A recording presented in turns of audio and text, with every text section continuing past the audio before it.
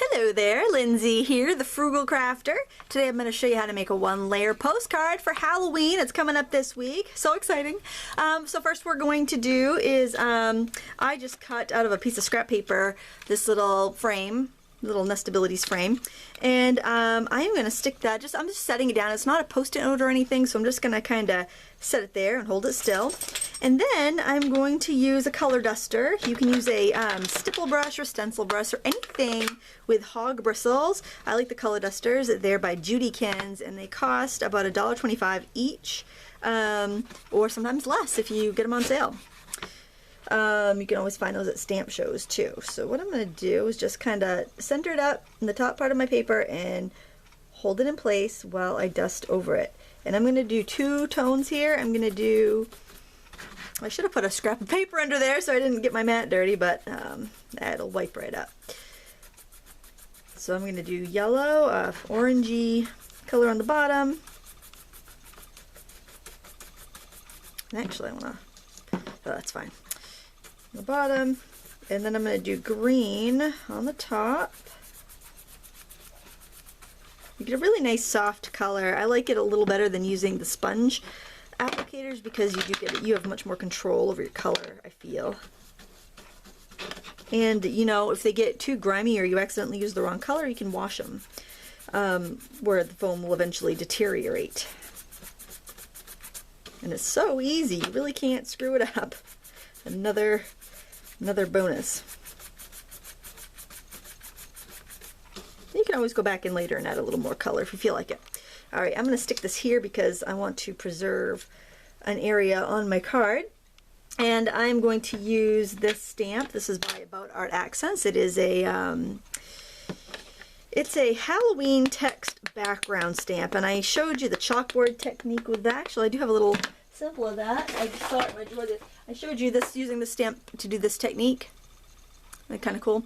And so here's another technique for it, because I like to have many ways to use my stamps. I am stamping on my my cutting mat and not on my squishy mat, so yeah, it's stamping all right. That's good. So if it doesn't stamp that great, that's probably why I didn't grab a stack of paper to use underneath, or my Silpat mat, because I wasn't thinking of it, and I tried really hard for this to be a lot more smooth than the last two videos I uploaded today, but something tells me it's just not in the cards, I guess. Oh well. And I'm just using the same exact ink I used to dust on there. This is Distress ink, and the other, the orange ink is Stampin' Up! Pumpkin Pie, I think.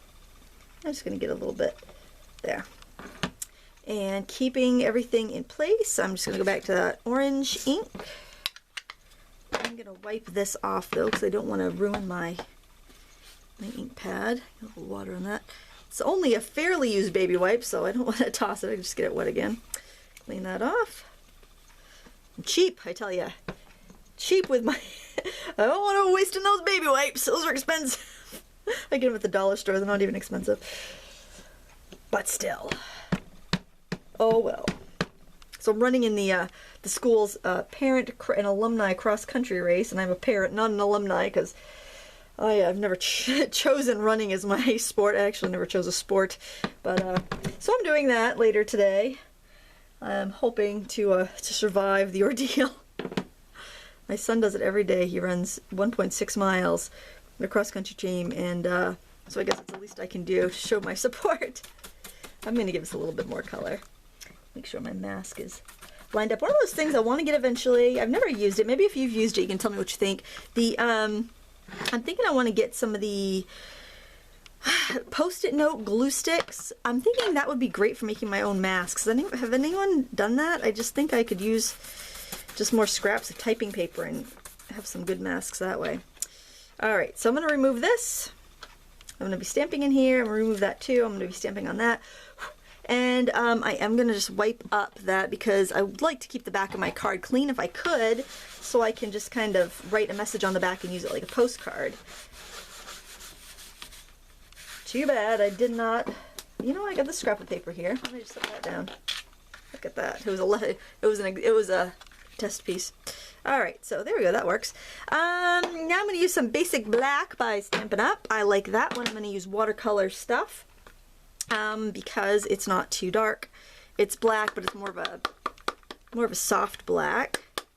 If you like a darker black and you like to watercolor, I suggest you try like maybe the Ranger. I probably should stamp that a little lower too. Oh well. And now I am just going to put a moon in there. I stamped that higher than I wanted to. But I'm not going to worry about it. I am going to use my little mask again. I'm going to put a moon over here. And I'm going to put this on top so I don't get anything on the background. And I'm going to use my color duster again and a purple ink pad just to kind of throw in some background. I could tell you my ink pads need to be re-inked because see how it looks a little lighter on the edge of the pad? That's how you can tell when it's time to re-ink your ink pads. Just it can still look dark on top, but if the edges look like they're a little faded, then it's time to re-ink. And I'm starting kind of on the paper and I'm dragging it inward.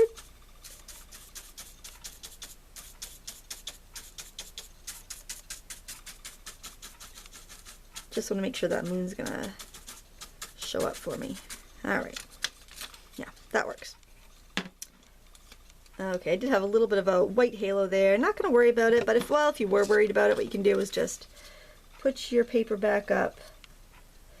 Pinch your color duster so you can really get in there and just kind of direct, or use a smaller brush, use a smaller stipple brush or something, but there, I'm good with that. That's alright. I am going to put a little border on there, so I'm not going to worry about that. I'm going to grab this bat here. Oops, it's alright. I got to turn this around because the stamp I have on my mount. Like, oh, let me put my mask back again. Oh my goodness, smooth! I tell ya. I said this was for a challenge for Oriental Stamp Art to make a postcard, and I made this card and I thought, well, maybe I'll do a video because that does have some masking techniques, and masking was the technique of the month at Oriental Stamp Art. So I wanted to just kind of put that out there just so I have, whoops, wrong color entirely. There we go. Just so I have that. Oh my gosh, I need to go to the grocery store. I'm stressing out about the parent race. I probably shouldn't be doing videos. Okay, so I'm kind of doing this in a different order than I originally made the card, but that's alright. I just want to make just a quick little example for you. So if I like this and I want it to be like a postmark, but it's not a postmark, so I took this postmark stamp and I'm just inking up the black lines.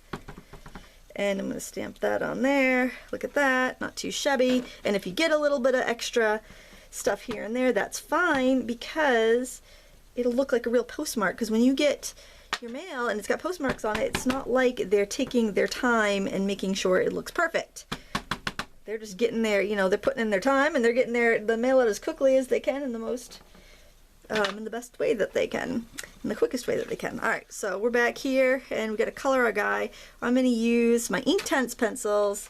So first I'll take a little black and I'm going to do a shadow underneath him, very lightly. And I'm going to color in his pants.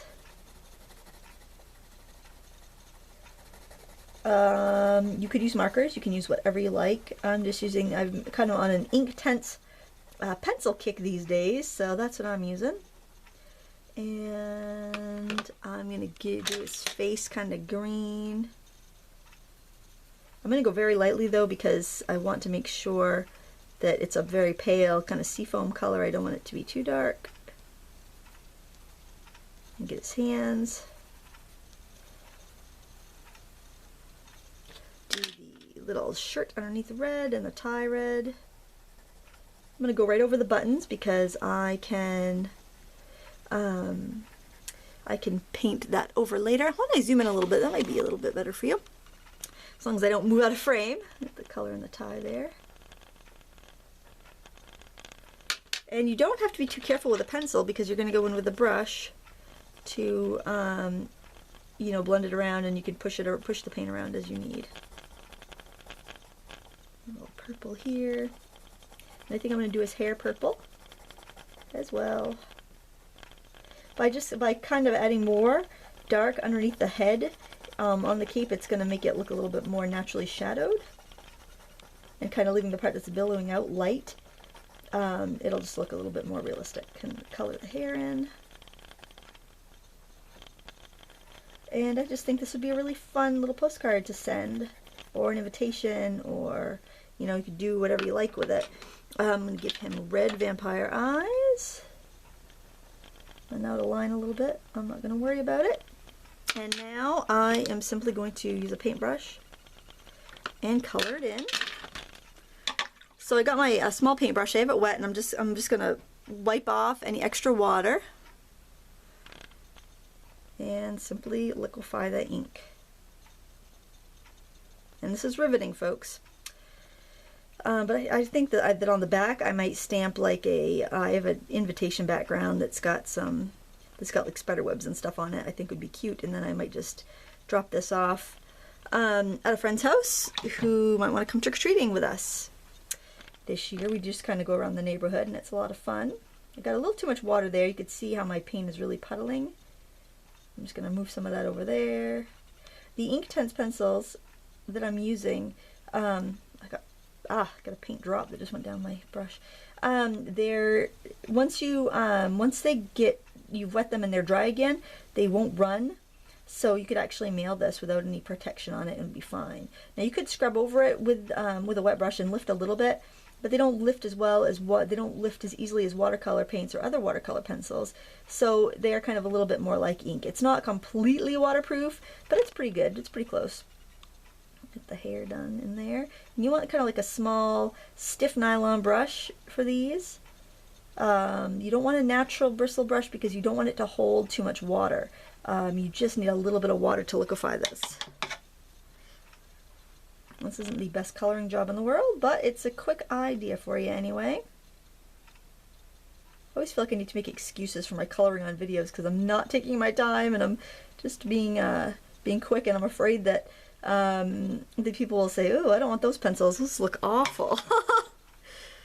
And I really don't want to put products in a bad light, especially ones that I enjoy using.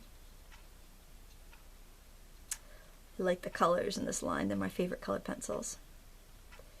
They're just they're very vivid. These are by Derwent, the Inktense pencils, and I have the regular colored pencils too, and I really like these better.